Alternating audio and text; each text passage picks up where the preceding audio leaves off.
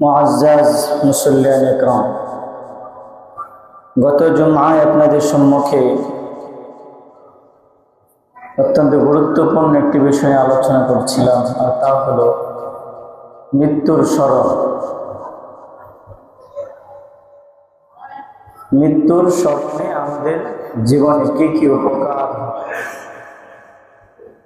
মৃত্যুকে বেশি করে স্মরণ করলে আমাদের কি কি লাভ হয়।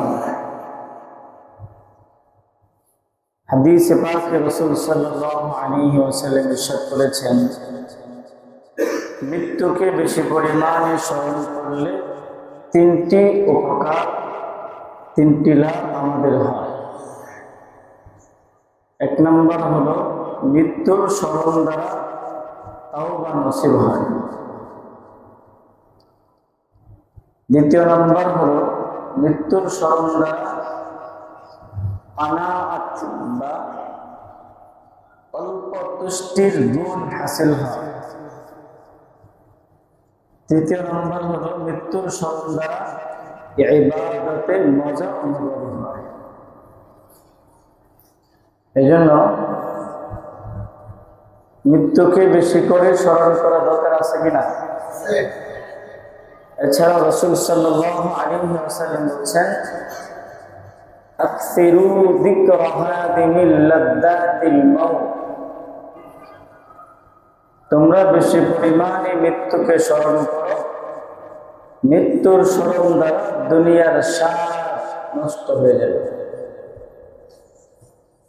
কারণ মানুষ যখন মৃত্যুকে ভুলে যায় তখন তার দিলের মাঝে দুনিয়ার মহাব্বত বসে যায়, আর যখন দুনিয়ার মহাব্বত বসে যায় তখন সে যা তা করতে কোনো দ্বিধাবোধ করে। তাই আমরা যদি ইবাদতে মজা পেতে চাই, অল্পতেই সন্তুষ্ট হতে চাই, গুনাহ মুক্ত জীবন গড়তে চাই, এজন্য সব সময় মৃত্যুকে স্মরণ করতে হবে।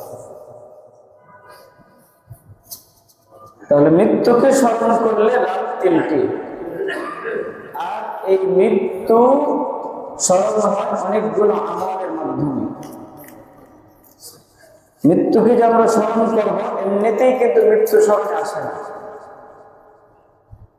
কিছু আমল আছে, সেই আমলগুলো করলে, সেই কাজগুলো করলে মৃত্যুর কথা স্মরণ হয়। মৃত্যুকে স্মরণ করার এক নম্বর আমল হলো মৃত ব্যক্তিকে গোসল দেওয়া। কি দেওয়া? মৃত ব্যক্তিকে গোসল দিলেও মৃত্যুর কথা স্মরণ হয়। কারণ কোন মানুষ যখন মারা যায়, ওই মৃত ব্যক্তিকে, লাশকে গোসল দেওয়ার সময় অটোমেটিক নিজের মধ্যে এই অনুভূতি জাগ্রত হবে যে এই লোক কিছুক্ষণ পূর্বেও সে চলাফেরা করতে পারত, কথাবার্তা বলতে পারত, তার শরীরে কি শক্তি সামর্থ্য ছিল, হাত পা নাড়াতে পারত, কিন্তু এখন তার শরীরে সামান্য পরিমাণ কি নাই, শক্তি নাই। হাত মানুষ যেভাবে নেই সেভাবে যায়, পা যেভাবে নেই সেভাবে যায়, তার ব্যক্তিগত কি নাই, শক্তি। এই জন্য যদি কোনো মানুষ কোনো লাশকে, মৃত ব্যক্তিকে গোসল করায়, তখন অটোমেটিক তার মধ্যে মৃত্যুর স্মরণ আসে যে আমাকেও একদিন এভাবেই গোসল করানো হবে, একদিন আমিও এরকম ভাবে মৃত্যুবরণ করব, আমাকে গোসল দেওয়া, বরণ করব, আমাকে গোসল দেওয়া হবে, আমি কিছুই বলতে পারবো না, আমার কোনো শক্তি থাকবে না। এছাড়াও আল্লাহর নবী সাল্লাল্লাহু আলাইহি ওয়াসাল্লাম বলেন, মৃত ব্যক্তিকে গোসল দেওয়ার অনেক ফজিলত রয়েছে। রাসূলুল্লাহ সাল্লাল্লাহু আলাইহি ওয়াসাল্লাম বলেন, মান গসালা মাইতান فكتم عليه غفر له 40 مرة।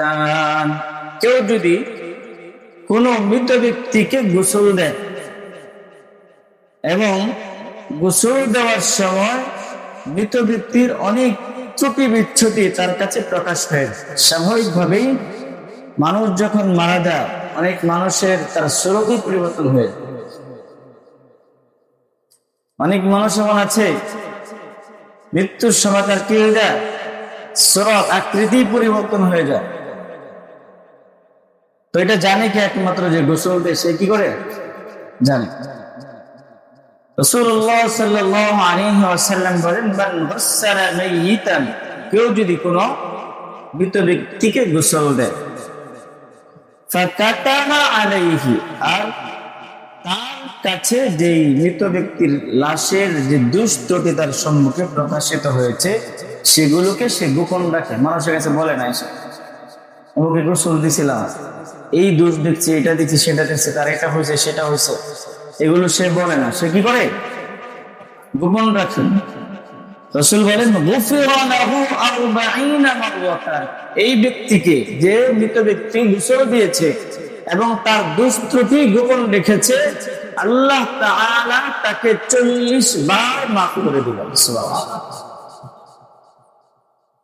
অথচ এখন গোসল দেওয়ার মানুষ পাওয়া যায় না, ভয়ে যায় না, ভয় পায়, অনেকে ভয় পায়, অনেকে যায় না।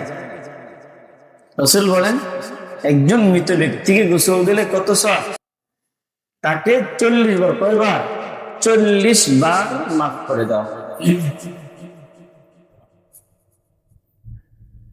এছাড়া প্রিয় হাজিরিন, যখন কোন মানুষ মৃত ব্যক্তিকে গোসল দেয়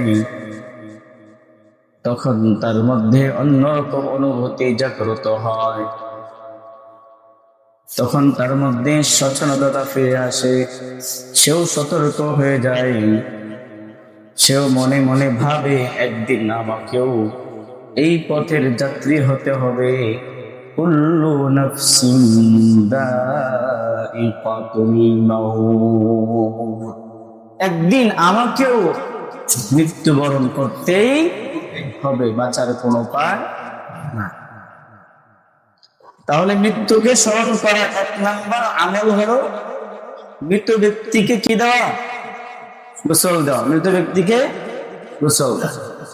আর মৃত ব্যক্তি গোসল দিলে আল্লাহ তাআলা যে গোসল দিয়েছে তাকে 40 বার মাফ করবেন। বলেন, এই যে ফজিলতের কথা বলা হয়েছে 40 বার মাফ করবেন, এই জন্যই বলা হয়েছে যাতে করে আমরা অন্ততপক্ষে এই ফজিলত, এই লাভের আশায়ও মৃত ব্যক্তি গোসল দিই। আর মৃত ব্যক্তি গোসল দিলে কি হবে, মৃত্যুর কথা, হয়তো অনেক সময় ভয়ে কোনো কারণে গোসল দিতে যাবো না, এই জন্য রাসূল ফজিলত বলেছেন, লাভও বলেছেন যে গোসল দিলে লাভ হবে। আর এই ফজিলতের আশায় সে যখন গোসল দিতে যাবে তখন তার কিসের কথা স্মরণ হবে, মৃত্যুর কথা স্মরণ। মৃত্যুকে স্মরণ করার 2 নম্বর আমল হলো জানাজা ও কাফন দাফনে শরীক হওয়া। বিশ্বনবী রাসূলুল্লাহ সাল্লাল্লাহু আলাইহি ওয়াসাল্লাম জানাজার প্রতি, জানাজায় শরীক হওয়ার প্রতি বিশেষভাবে গুরুত্ব দিয়েছেন।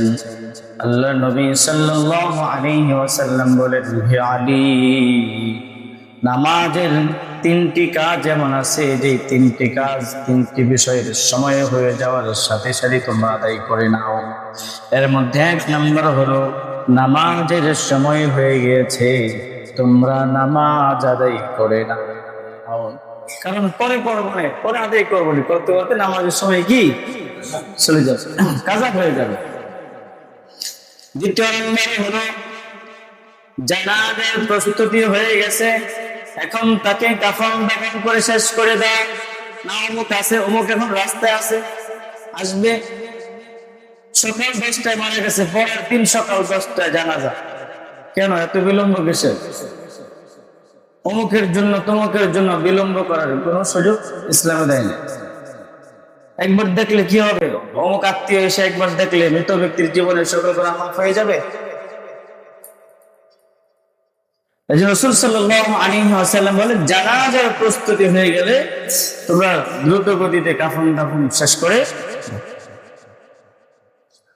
তৃতীয় নম্বর হলো, কোন অবিবাহিতা মেয়ের উপযুক্ত পাত্র হয়ে ব্যবস্থা হয়ে গেলে সাথে সাথে বিয়ে দিয়ে দাও, বিলম্ব করো। অনেক বিয়ে এই কারণে ভেঙে যায়, মানে আর 1 মাস 2 মাস পরে সব ঠিকঠাক আছে, তারপরে কি হয়ে যায়? বিয়ে ভেঙে যায়। মানুষের মাঝে ত্রুটি বিচ্যুতি অবশ্যই আছে, আছে কিনা? কেউ কি বলতে পারবে যে আমি ত্রুটি বিচ্যুতি উঠছে, আমার কোনো ভুল নাই, আমি একবারে ফেরেশতার মতো? এই কথা কেউ বলতে পারবে? এখন দেখা যাবে যদি বিলম্ব করা হয়, বিয়ে শাদী সব ঠিক, উপযুক্ত পাত্র পায়ে গেছে, কিন্তু 1 মাস 2 মাস বিলম্ব করে, তখন স্বাভাবিকভাবেই কথাবার্তা হইতে থাকে, অনেক ত্রুটি বিচ্ছুতি ভুল ত্রুটি বের হয়, এরপর দেখা যায় কি বিয়ে ভেঙে যায়। এই জন্য রাসূলুল্লাহ সাল্লাল্লাহু আলাইহি ওয়াসাল্লাম বলেন, নামাজের সময় হয়ে যাওয়ার সাথে সাথে নামাজ আদায় করে নাও, জানাজার প্রস্তুতি হয়ে যাওয়ার সাথে সাথে জানাজা কাফন দাফন করে শেষ করে দাও, অবিবাহিতা মেয়ের উপযুক্ত পাত্র পেয়ে গেলে বিয়ে দিয়ে। তাছাড়া প্রিয় হাজির, রাসূলুল্লাহ সাল্লাল্লাহু আলাইহি ওয়াসাল্লাম বলেন, কেউ যদি কোনো ব্যক্তির জানাজায় শরীক হয়, কোনো মৃত ব্যক্তির জানাজায় শরীক হয়, আল্লাহ রাব্বুল আলামিন তাকে 1 কিরাত সওয়াব দান করবেন। বলেন সুবহানাল্লাহ। ইয়া রাসূলুল্লাহ, কিরাত কি? কিরাত কি জিনিস? আল্লাহ নবী সাল্লাল্লাহু আলাইহি ওয়াসাল্লাম, কিরাত হলো পাহাড়, 2 পাহাড় পরিমাণ। কিরাত বলে বড় একটা পাহাড়। কেউ যদি জানাজা পর্যন্ত উপস্থিত থাকে, তাকে 1 কিরাত অর্থাৎ 1 পাহাড় পরিমাণ সওয়াব দান করা হবে। সুবহানাল্লাহ। আর কেউ যদি জানাজার পরেও দাফন পর্যন্ত শেষ পর্যন্ত থাকে, আল্লাহ তাআলা তাকে 2 পাহাড় পরিমাণ সওয়াব দান করবেন। সুবহানাল্লাহ। অথচ আমাদের অনেকেই জানাজায় গিয়া, নামাজে গিয়া, বিভিন্ন ভালো কাজে গিয়া তাড়াতাড়ি শেষ করে ফেলেন, শেষ করে দেন। অথবা চায়ের দোকানে, বিভিন্ন অন্য কাজে, গুনাহের কাজে, তখন আর শেষ করতে মন চায় না, একটু বসে একটু গল্প করে একটু দেখি। কিন্তু নামাজে আসলে তাড়াতাড়ি যেতে হবে।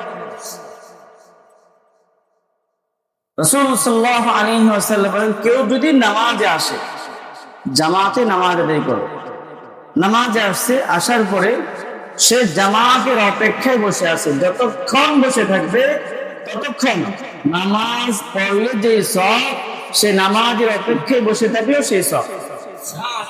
সুবহানাল্লাহ। আমাদের তাড়াহুড়া, সালামটা ফিরে মসজিদে বের হয়ে যায়, সময় নাই, কি করবো, বাহিরে তো কোনো কাজ নাই, এমনি ঘুরবো, নয়তো চায়ের দোকানে আড্ডা দিব, নয়তো এমনি গল্প গুজব করবো। জানাজায় গেলে, একটা জানাজায় আমরা কতদিন পরে শরীক হই? 1 বছরে 1 বার 2 বারে শরীক হই, মাসে তো 1 বার এরকম হয় না যে আমরা এরকম, কেউ তো দেখা যায় না যে প্রতি মাসে অন্তত একটা জানাজায় শরীক হয়, এরকম তো না, বছরে 1-2 বার। সেই জানাজায় গিয়েও আমরা তাড়াহুড়ো শুরু করি, খালি সময় হয়ে গেছে শেষ করে দেন, সময় হয়ে তাড়াতাড়ি শেষ করে দেন। অথচ একটু তার মনের মধ্যে ভয় অনুভূতি জাগ্রত হয় না যে আমি একজনকে জানাজা দেওয়ার জন্য, কাফন দাফন করার জন্য আসছি, একদিন তো এই অবস্থায় আমাকেও আসতে হবে, একদিন তো আমারও জানাজা পড়া হবে, একদিন তো আমাকেও কাফন দাফন দেওয়া হবে। তাই প্রিয় হাজিরিন, রাসূল সাল্লাল্লাহু আলাইহি ওয়াসাল্লাম ফজিলতের কথা কেন বলেছেন? যে কেউ যদি জানাজা পর্যন্ত উপস্থিত থাকে, তাকে 1 কিরাত অর্থাৎ 1 বড় পাহাড় পরিমাণ সওয়াব দেওয়া হবে। কেউ যদি দাফন পর্যন্ত উপস্থিত থাকে, আল্লাহ তাআলা তাকে 2 কিরাত অর্থাৎ 2 পাহাড় পরিমাণ সওয়াব দান করবেন। সুবহানাল্লাহ। এই ফজিলতের কথা কেন বলেছেন? এজন্যই বলেছেন, আমরা যেন অন্তত পক্ষে এই লাভের আশায়, সবের আশায় জানাজায় গিয়ে শরীক হই, মৃত ব্যক্তির জানাজায় গিয়ে শরীক হই। কেন শরীক হব? শরীক হলে কি হবে? মৃত্যুর কথা। এছাড়া আল্লাহ নবী সাল্লাল্লাহু আলাইহি ওয়াসাল্লাম বলেন, হাক্কুল মুসলিমি আলাল মুসলিমি খামসুন, এক মুসলমানের উপর আরেক মুসলমানের 5টি হক রয়েছে। এর মধ্যে একটা হক হলো, কোন মুসলমান ব্যক্তি যদি মৃত্যুবরণ করে তার জানাজায় শরীক হয়, তার জানাজায় শরীক হয়। এই কথাগুলো যোগদান করে লাজিম আবশ্যক কিভাবে কেন বলেছেন? এই জন্যই আমরা যেন জানাজায় শরীক হয়ে আমরা নিজেরা স্মরণ করি যে একদিন আমাকেও মৃত্যুবরণ করতে হবে।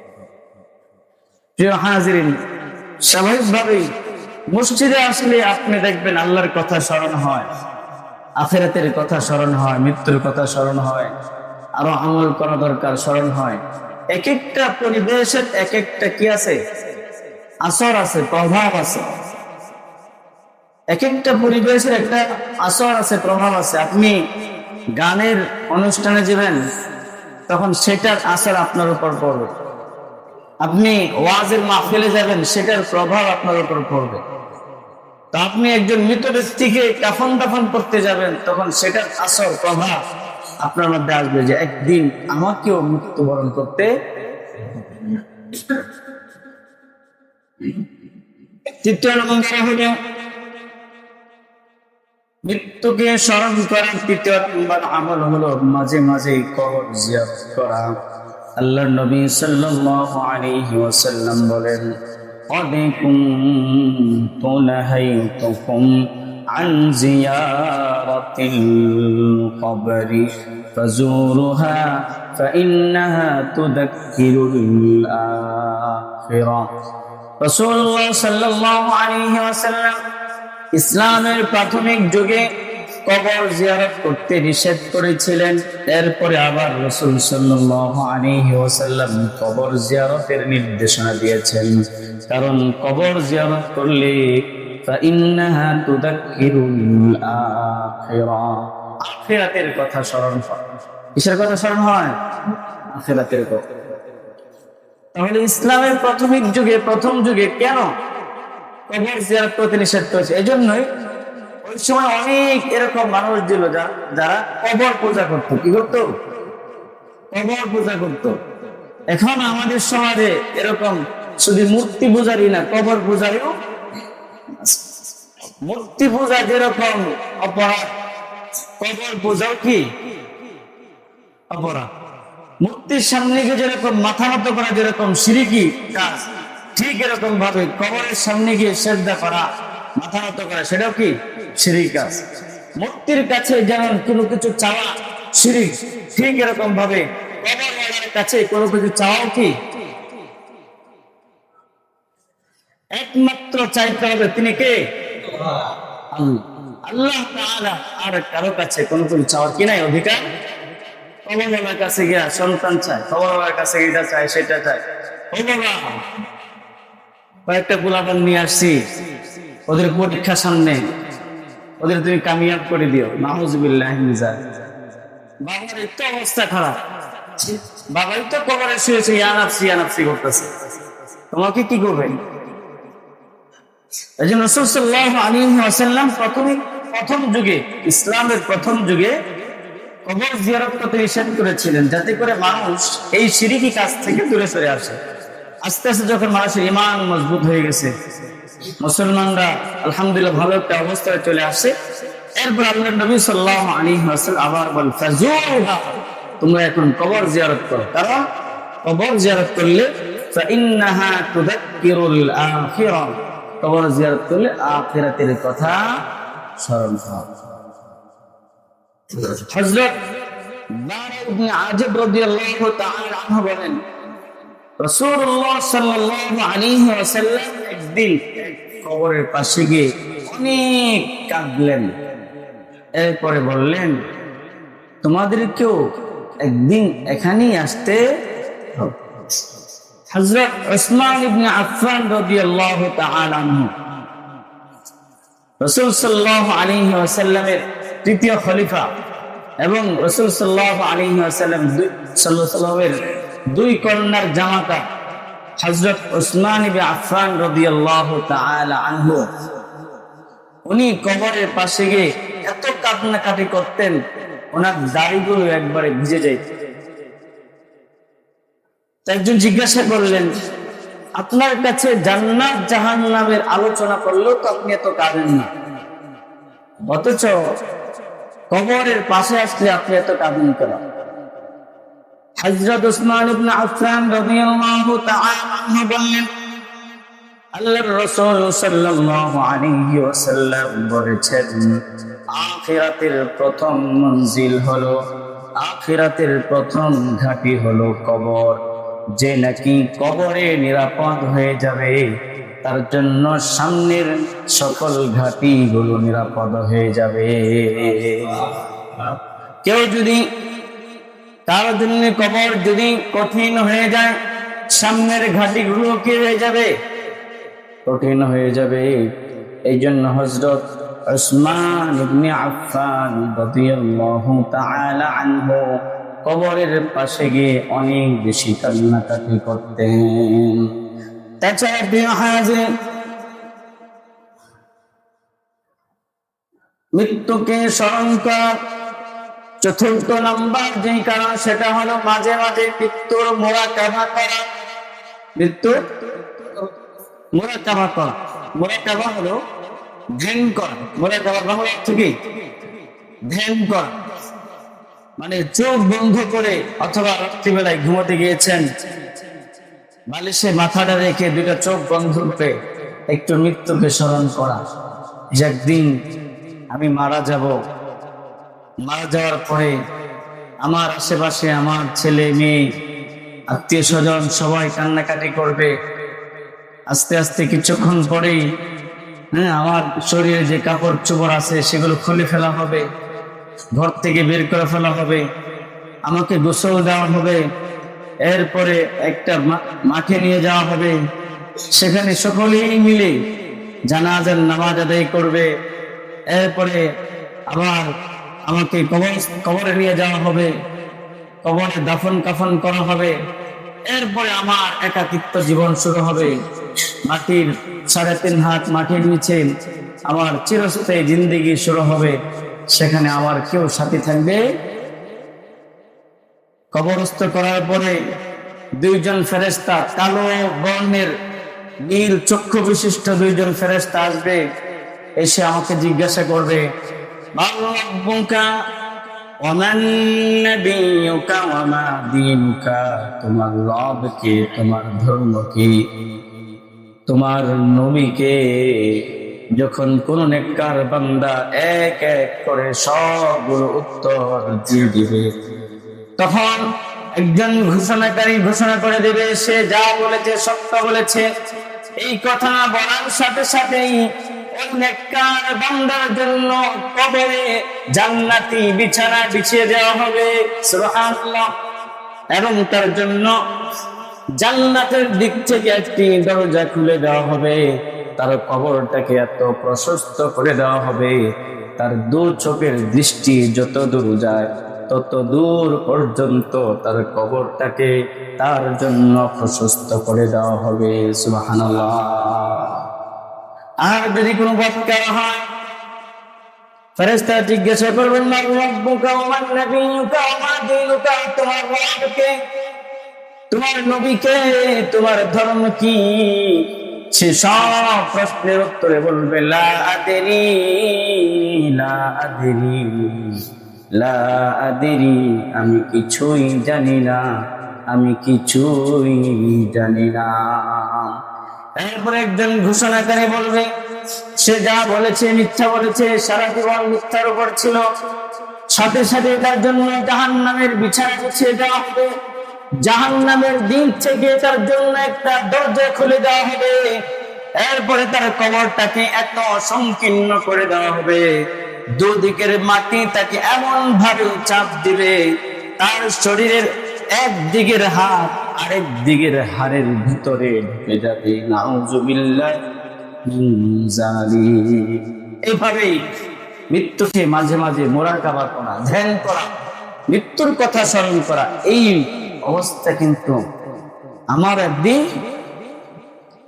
আজকে আমরা অমুক মসজিদের মাইক থেকে এলান শুনি অমুক সাহেব মারা গিয়েছেন, অমুক জন মারা গিয়েছেন, আমরা খোঁজ খবর নেই।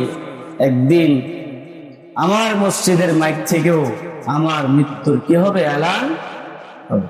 আমি একদিন থাকবো না। এই মুরাকাবা করা, যদি মুরাকাবা করতে পারি, এভাবে যদি আমরা মুরাকাবা করি, তাহলে মৃত্যুর স্মরণ হবে, মৃত্যুকে আমরা স্মরণ করতে পারবো। যদি মৃত্যুর স্মরণ হয়, তাহলে 1 নম্বর লাভ হলো তাওবা নসিব হবে। কি নসিব হবে? আমরা গুনাহ মুক্ত হয়ে এই দুনিয়া থেকে বিদায় নিতে পারবো। আর যদি মৃত্যুকে স্মরণ করি না, এই যে চলতেছি, আমার চলাফেরা আর জীবজন্তু হাইওয়ানের চলাফেরার মধ্যে কোনো পার্থক্য নাই। জীবজন্তু হাইওয়ান খায় দায় ঘুমায়, বাথরুম করে, ঠিক এরকম আমি খাই দায় ঘুমাই, ঘোরাফেরা করি, ওই হুল্লোড় করি, যা মন চাই তাই করে যাচ্ছি। একদিন হঠাৎ করে মৃত্যু আমার সম্মুখে চলে আসবে, আমার সামান্য পরিমাণ কোনো প্রস্তুতি থাকবে? কারণ আমি তো মৃত্যুকে স্মরণ করি না, আমার স্মরণে মৃত্যু আসে না। অথচ এই মৃত্যু থেকে পলায়ন করার, বাঁচাবার তাহারও সাধ্য। মৃত্যুকে স্মরণ করা 5 নম্বর যে আমল, সেটা হলো সুহবতে সালেহ। সুহবতে সালেহ অর্থ হলো সৎসঙ্গ অবলম্বন করা। কি সঙ্গ? সৎসঙ্গ অবলম্বন করা। যাদের কাছে গেলে আখিরাতের কথা মনে হয়, যারা আখিরাতের কথা স্মরণ করিয়ে দেয়, যারা নামাজের কথা বলে, যারা জিকিরের কথা বলে, যারা গুনাহ মুক্ত জীবনের কথা বলে, যারা আখিরাতের প্রস্তুতির কথা বলে, যারা নিজেরাও আখিরাতের পথে চলে, অন্যদেরকে আখিরাতের পথে চলার জন্য আহ্বান করে, তাদের সাথে সুসম্পর্ক রাখা। এখন তো বিষয় হলো, যারা আখিরাতের কথা বলে, দিনের কথা বলে, নামাজের কথা বলে, আমরা অধিকাংশরে তাদেরকে শুধু তাবিজ কবজের জন্যই, ফুফার জন্যই ব্যবহার করি। কথা বলেন ঠিক কিনা? আমরা আমাদের স্বার্থের জন্য শুধু এতটুকুই, তাবিজ কবজ, ফুফা, পানি পড়া, একটু ঝাড়ফুঁক করার জন্যই ব্যবহার করি। এছাড়া দিনের পথে চলার জন্য, দিন বোঝার জন্য, আখিরাতের প্রস্তুতির জন্য কখনোই তাদের সাথে সম্পর্ক রাখি। আমার প্রয়োজন হয়েছে, আমার প্রয়োজনে কি প্রয়োজন, দুনিয়াবি সামান্য একটা প্রয়োজনীয়তা কি ব্যবহার। আল্লাহ রাব্বুল আলামিন বলেন, ইয়া আইয়ুহাল্লাযীনা আমানু তাকুল্লাহা ওয়া কুনু মা'আস সাদিকিন। সুহবতে সালেহতুরা সালেহতুনা, সুহবতে তালেহতুরা তালেহতুনা। এক জামানা সুহবতে বাউলিয়া, বেহতর সালেহাত বেরিয়া। আল্লাহ রাব্বুল আলামিন বলেন, হে ইমানদার ব্যক্তিরা, তোমরা সৎসঙ্গ অবলম্বন করো, সৎসঙ্গ অবলম্বন করো। যাদের কাছে গেলে আমার আখিরাতের প্রস্তুতিমূলক আলোচনা হয়। এমন অনেক মানুষ আছে, আপনি তার কাছে যদি 5 ঘন্টাও বসে থাকেন, 5 ঘন্টায় শুধু দুনিয়া কিভাবে অর্জন করা যাবে সেটাই বলবে। এবং দুনিয়াকে সাজানোর জন্য, দুনিয়াকে পরিপাটি করার জন্য আমাদের অনেক মিটিং হয়, অনেক পরামর্শ সভা হয়। দুনিয়াকে এইভাবে করতে হবে, সেভাবে করতে হবে, এটা এভাবে করতে হবে, সেভাবে করতে হবে। সামান্য একটা দুনিয়া কয়দিন, 50, 60, 70, 80 বছরের জন্য কয়েকদিন পরে পরে মিটিং হয়।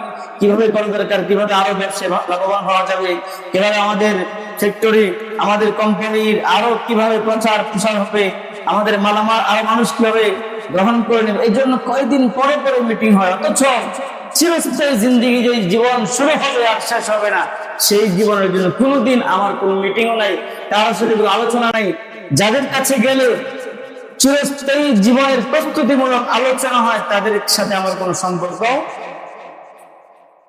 অথচ সেটাকে অবশ্যই আমাকে গ্রহণ করতেই হবে, বাঁচার কোনো উপায়। তাই প্রিয় হাজিরিন,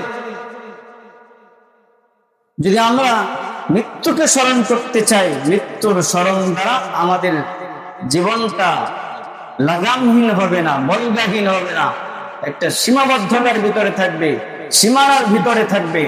যখন আমরা মৃত্যুকে স্মরণ করব না, তখন আমাদের জীবন হয়ে যাবে জীবজন্তুর জীবনের মতো। যখন আমরা মৃত্যুকে স্মরণ করব, রাসূল সাল্লাল্লাহু আলাইহি ওয়াসাল্লামের জমানায় এক বড় কাফের মুশরিক উকবা ইবনে মুহিত তার নাম, তার একটা স্বভাব, তার এক বন্ধু ছিল উমাইয়া বিন খালিদ। উকবা ইবনে মুহিত তার একটা অভ্যাস ছিল, সে যদি কোথায় বেড়াতে যেত, ওই জায়গা থেকে বাড়িতে আসার পরে তার বন্ধু বান্ধব, নেতৃস্থানীয় ব্যক্তিবর্গ, তাদেরকে দাওয়াত করে তার বাড়িতে খাবার খাওয়াই। সেই হিসেবে রাসূল সাল্লাল্লাহু আলাইহি ওয়াসাল্লাম তখন তিনি নবী হয়েছেন, নবুয়ত প্রাপ্ত, তিনিও তো ভালো একটা অবস্থানে আছেন। তাই রাসূল সাল্লাল্লাহু আলাইহি ওয়াসাল্লামকেও তার বাড়িতে দাওয়াত করা হয়। রাসূল সাল্লাল্লাহু আলাইহি ওয়াসাল্লাম বললেন, আমি তোমার বাড়িতে এক শর্তে যেতে পারি, দাওয়াত কবুল করতে পারি, সেটা হলো তুমি আমার হাতে হাত রেখে ইসলাম গ্রহণ করতে হবে। তো উকবা ইবনে আবি মুহিত সে রাসূল সাল্লাল্লাহু আলাইহি ওয়াসাল্লামের কথায় ইসলাম গ্রহণ করে ফেলল। সুবহানাল্লাহ। কিন্তু এই ব্যক্তির বন্ধুত্ব ছিল আরেক বড় বেঈমান কাফের উমাইয়া বিন খালফ, বড় কাফের। সে তার বন্ধুকে বিভিন্ন ভাবে তুচ্ছ তাচ্ছিল্য, তিরস্কার, কিরে তোর বাড়িতে দাওয়াত খাওয়া কোনোভাবেই সম্ভব না, তোর বাড়িতে আমি যেতাম না, তুই মুহাম্মদের হাতে ইসলাম গ্রহণ করলে। তখন বন্ধু, যেহেতু গভীর বন্ধু, অন্তরঙ্গ বন্ধু, তো উকবা ইবনে আবি মুহিত সে বলল, তাহলে কি করা যায় বলো, তোমাকে অবশ্যই যে কোনো মূল্যে আমার বাড়িতে আসতে হবে। তো তার বন্ধু বলল, ঠিক আছে, তুই যদি একটা কাজ করস তাহলে তোর বাড়িতে আমি যেতে পারি। সেটা হলো, তুই মুহাম্মাদের হাতে যে ইসলাম গ্রহণ করছস সেটা তো বাদ দিতেই হবে, সাথে সাথে মুহাম্মাদের মুখে একটা থুতু মারতে হবে। নাউযুবিল্লাহি মিন। এই মুরতাদ ইসলাম ছেড়ে দিয়ে তার বন্ধুকে খুশি করার জন্য সর্বকালের সর্বশ্রেষ্ঠ মহানবী মুহাম্মদুর রাসূলুল্লাহ সাল্লাল্লাহু আলাইহি ওয়াসাল্লামের মুখে সত্যি থুতু মারছে। নাউযুবিল্লাহি মিন। আল্লাহ রাব্বুল আলামিন কুরআনুল কারীমের আয়াত নাযিল করেছেন, وَيَوْمَ يَعَضُّ الظَّالِمُ عَلَى يَدَيْهِ يَقُولُ يَا لَيْتَنِي اتَّخَذْتُ مَعَ الرَّسُولِ سَبِيلًا يَا وَيْلَتَى لَيْتَنِي لَمْ أَتَّخِذْ فُلَانًا خَلِيلًا لَقَدْ أَضَلَّنِي عَنِ الذِّكْرِ بَعْدَ إِذْ جَاءَنِي وَكَانَ الشَّيْطَانُ لِلْإِنسَانِ خَذُولًا। আল্লাহ রাব্বুল আলামিন বলেন, এই বেঈমান কাল কিয়ামতের ময়দানে সে তার উরুতে এরকম ভাবে থাপড়াইতে থাকবে আর আফসোস করে বলতে থাকবে, হায় আমি যদি মুহাম্মদ সাল্লাল্লাহু আলাইহি ওয়াসাল্লামের সাথে বন্ধুত্ব রাখতাম কতই না ভালো হতো। ইয়া ওয়াইলাতা লাইতানি লাম আত্তাখিয ফুলানান খলিলা। ওই উমাইয়া বিল খালফ বেঈমান কাফিরের সাথে যদি আমি বন্ধুত্ব না রাখতাম তাহলে আজকে আমার জন্য কতই না ভালো হতো, কিন্তু তখন কি আর সুযোগ থাকবে? এজন্য প্রিয় হাজিরিন, আমাদের অধিকাংশরাই বিপদগামী হওয়া, গুনাহের কাজে লিপ্ত হওয়ার অন্যতম একটা কারণ হলো খারাপ বন্ধু। কি বন্ধু? বন্ধু আরেক বন্ধু নিয়ে যায় সিনেমা হলে, কথা বলেন ঠিক না? একা একা সিনেমা দেখতে কি লাগে না? এক বন্ধু আরেক বন্ধুকে নাচ গানে অনুষ্ঠান নিয়ে যায়, কনসার্টে নিয়ে যায়, বল চল যাই একটু আনন্দ ফুর্তি করে আসবো না। এক বন্ধু আরেক বন্ধু গুনাহের বিভিন্ন আয়োজনে নিয়ে যায়। তো কাল কিয়ামতের ময়দানে সেই উকবা ইবনে আবি মুহিতের মতো সে আফসোস করে বলবে, ইয়া ওয়াইলাতা লাইতানি লাম আত্তাখিয ফুলানান খলিলা। হায়, আমি তাকে যদি বন্ধু হিসেবে গ্রহণ না করে আল্লাহর কোন প্রিয় বান্দা, নামাজি, মুসলমান, পরহেজগার, মুত্তাকি কোন বান্দাকে যদি বন্ধু বানাইতাম, আজকে কিয়ামতের দিবসটা আমার জন্য কতই না ভালো। কিন্তু প্রিয় হাজিরিন, সময় হারিয়ে আফসোস করে কোনো লাভ হবে। এই জন্য আমরা যদি মৃত্যুকে বেশি পরিমাণে স্মরণ করতে চাই, তাহলে আমাদের বন্ধুত্ব ঠিক করতে হবে। কার সাথে আমার মহব্বত, কাকে আমি দিল দিয়ে মহব্বত করি, কার সাথে আমার দিনই আলোচনা হয়, আখিরাতের প্রস্তুতিমূলক আলোচনা হয়।